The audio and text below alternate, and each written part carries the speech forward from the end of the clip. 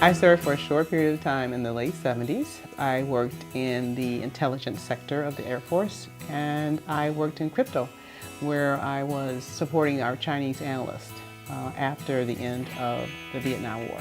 This was during the Cold War, and the former Soviet Union was still in place as a political structure, and the Iron Curtain was still in place, which started in Berlin and extended down through the Czech Republic. I was in the Army Intelligence Corps, so I pulled intelligence duty, in what we called the 1 kilometer zone at that time, and that was the denied area except for U.S. forces and German forces along the border. I served from January of 1970 to September 1973. My primary duty assignments were at a B-52 base that was up in northern Maine. Was there for 2 years, then I spent a year at Kunsan Air Base, Korea. I guess it was something I really always wanted to do. It's just kind of a dream of mine. My service started with ROTC. I had 2 duty assignments, so I actually was in the military during the first desert conflict. Even though I didn't serve there, we really kind of valued our role, our support role, and the assistance we put out to aid those people out in the field.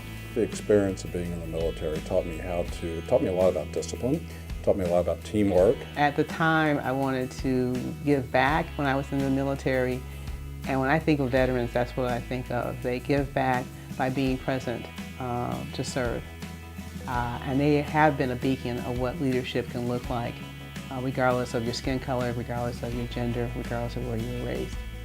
I guess what I'd like students who aren't planning on serving, do some research into, what does it mean for someone who decides to put on a uniform and take the chance that they might in fact be sent in harm's way.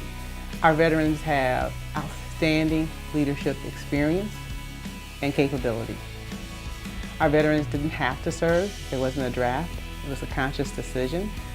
And after their service, now they made a conscious decision to further support our country by getting their education.